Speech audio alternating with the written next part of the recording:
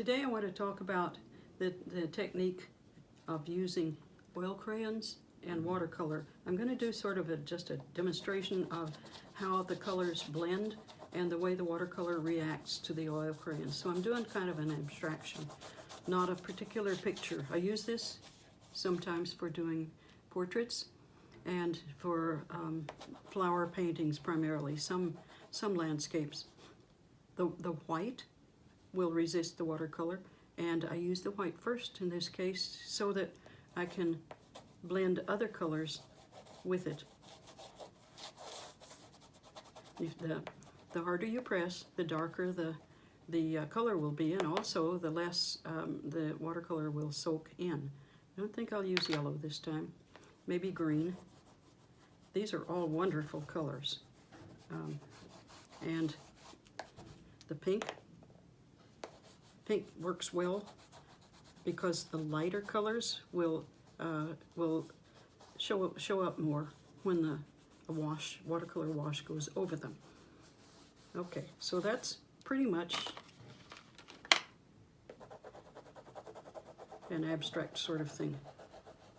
If you don't like the way your experiment comes out, you can chop it into pieces and make postcards out of it. People like that. So now I'm going to put a watercolor wash over it. I'm going to do a cobalt blue. I like the cobalt.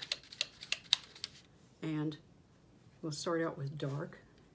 See how the oil crayon causes the watercolor to just sit on top?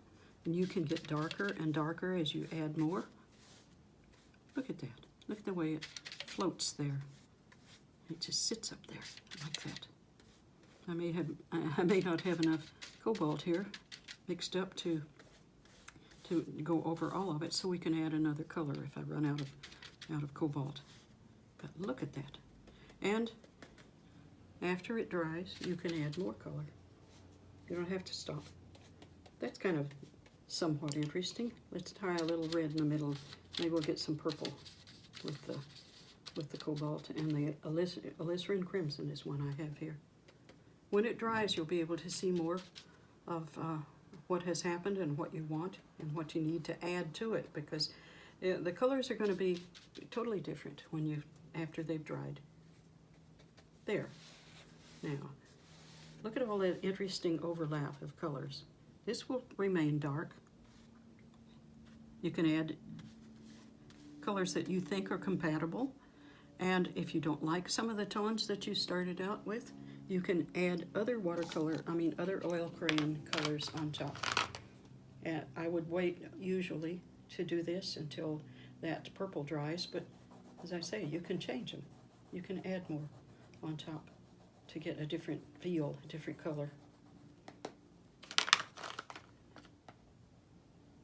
Yeah, you can do a lot of mixing of oil without having turpentine, without using the techniques that you use in oil painting.